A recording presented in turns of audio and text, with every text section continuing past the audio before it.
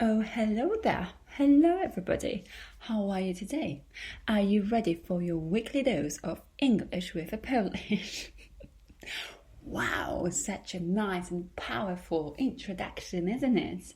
Oh, it's just because the sun is out there and probably you can hear some noises in the background. I'm sorry, but the window is open and you can hear some cars and the birds because I have a tree in front of my window and there are many different kinds of birds.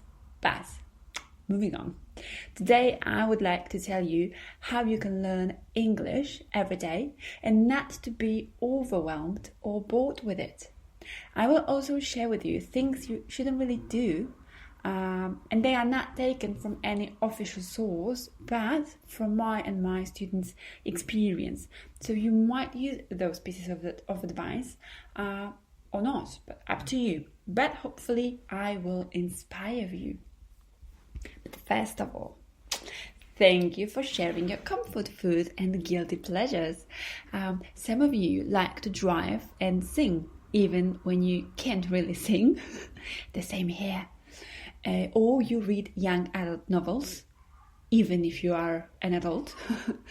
Or you watch stupid TV shows like The Kardashians and you don't talk about it because you are ashamed. So don't worry, I'm not going to give away your name. If it goes about comfort food, my favorite topic, you like anything your closest friends prepare. Oh, that's so sweet. Or when you feel blue, you devour French fries and other components of fast food.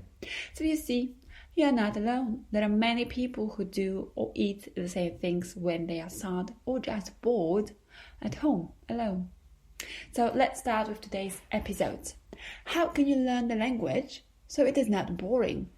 Well, the general scheme, which you probably know from your own experience, is as follows.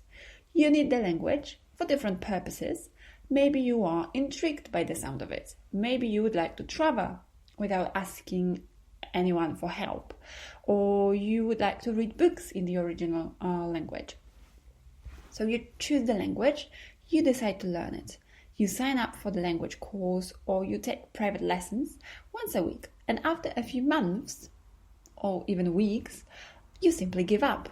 And why? Well, there are many reasons why people stop learning a language. So they change their opinion about the language. They are too busy with other things. They don't see the immediate effect because, hello, we people are very impatient. And there are also people who need this special kind of motivation. So not all teachers will be able to inspire or motivate them. But it's important for everyone to be conscious of the fact that it is you who needs or who wants to learn the language. Nobody will do it for you or instead of you. And you can devote only 1 hour a week. It's like with playing an instrument or exercising any other thing really. You need to do it every day. If you don't have time, do it only for 15 or 20 minutes, but do it every single day. Better a few minutes than nothing. So, of course, if you think about sitting at the table with grammar, theory, and some exercises, plus never-ending list of vocabulary, well, then you might think, yeah, right, doing the same thing every day, oh, please, it's too much and it's too boring. I don't know what this voice was about, I'm sorry. So if you think like that, with a different voice in your head, then you are really totally right. Unless you are a type of a person who likes such system, because there are some people like that. So let me start with the positive information. According to linguists, you need only 800 lemmas to understand 75% of everyday language. What is lemma, Marta? Well, a lemma is like the basic, the core word. For example, run. And then you have different words coming from this basic one, like running, runny, run, and so on and so on. So if you want to understand films and TV programs, then you need to learn 3,000 lemmas. So you can see we don't need to know a lot to be able to communicate rather easily with others, right? Hopefully, that's a motivating information.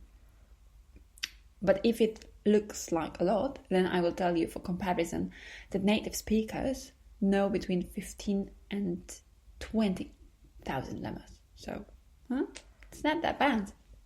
So how can you practice the language every day? Of course, from time to time, it's useful to sit down and do some grammar exercises or write down interesting or necessary vocabulary, because then you put your knowledge in order and your thoughts in order. So there are other fun methods that you can practice every day, so you don't get crazy. So first of all, you can listen to podcasts. Congratulations, you are doing it right now. There are many sources of podcasts and many podcasts to choose from, so you can choose whatever suits you, so what you more or less understand, what you are interested in. My dad, for example, regularly listens to Luke's English podcast or Kangaroo English. I listen to Spanish documentaries, and if you want to learn Polish, you can find plenty of materials as well. And remember that you don't have to listen only podcasts dedicated to learning the language, but to those about lifestyle, fashion, politics, gardening, fishing, building houses, anything. So yeah, the second option for you is watching YouTube channels. So, oh boy, there are hundreds of YouTube channels from other countries, and for learning English and not only. So again, you don't need to watch videos created by teachers for students only. You can choose a vlogger from Australia or any type of YouTuber from other English-speaking country and watch their channels. If you have trouble understanding the spoken language, then turn on subtitles and listen and read at the same time. After some time, you will be able to only listen and then you will understand. The next option will be watching movies or TV series. So movies are not easy to understand for beginners, but I believe everybody should watch them in the original. Do not use voiceover or dubbing. If you need the dialogue to be translated, turn on subtitles in your language. And if you think you understand written English better than the spoken one, turn on subtitles in English. Anything is better than listening to the voiceover in your language. It's a disaster. The next one, checking news. And this is a point for somebody who likes to be updated and follows the news. So you can try to read BBC or The Guardian articles online. There are many short ones, so you don't have to devote 1 hour of your time, just a few minutes and you are done. But if you look for something easier, there are web pages with news for children. Current news and affairs are translated from an adult English into English adapted to children's language. So it uses different phrases and wording, so it's a bit easier. Then you can read books. You can read books. I know it's not easy, but you need to try. For the beginning, you can choose a novel that you know. Maybe you read it before in your mother tongue, so it will be easier for you to understand. Or maybe you have someone who has short novels in English, so you can borrow the book and read it peacefully at home. And don't commit my mistakes. I will tell you. Now, let's go smoothly into a section with things that you shouldn't do. So don't commit my mistakes, because, oh boy, it's frustrating. So if you read a book, don't check every word you don't know. My first book, I remember, was Agatha Christie's detective story. I don't remember which one. But I spent around 1 hour only on the first page, and I was checking every word I didn't know. And after 10 minutes, just after 10 minutes, I had a long list of new vocabulary. I was frustrated and gave up. However, there was something appealing in reading in English, so I came back to that book. This time I decided to check any word that was very important for the context or was, intriguing.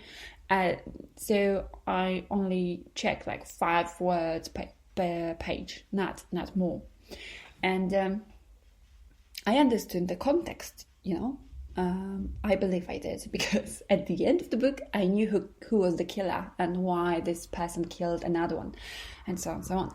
So, of course, I didn't understand everything, but I understood the broader context, which is great for the beginning, I think. The next thing you shouldn't do is translating songs. Don't do it. I was doing it because I was a teenager and I was obsessed with music and English, and I wanted to know what my favorite band was singing about. Do you think that after translating the song word by word, I knew what it was about? No. Until now, I have no idea. Because songs are like poems. You don't always understand the metaphors in your own language, so you will not get it after trying to translate them. Of course, some pop songs are constructed in a very direct and easy way, and probably you will understand every single word because they use only baby, love, come on, let's go, 1, 2, 3, let's party.